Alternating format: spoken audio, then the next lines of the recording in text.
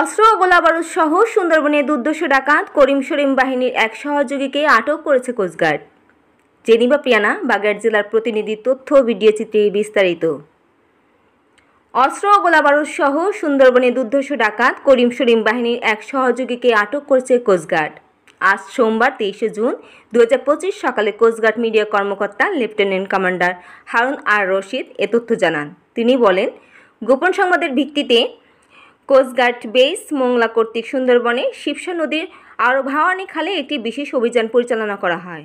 অভিযান চলাকালীন উক্ত এলাকা হতে একটি একনলা বন্দুক, 3 রাউন্ড তাজা কার্তুজ সহ সুন্দরবনে কুখ্যাত ডাকাত করিম শরীফ বাহিনীর অন্যতম সহযোগী মোহাম্মদ সোহেল হোসেন মিঠুকে আটক করা হয়। আটককৃত ব্যক্তি খুলনা জেলার দাকব থানার বাসিন্দা।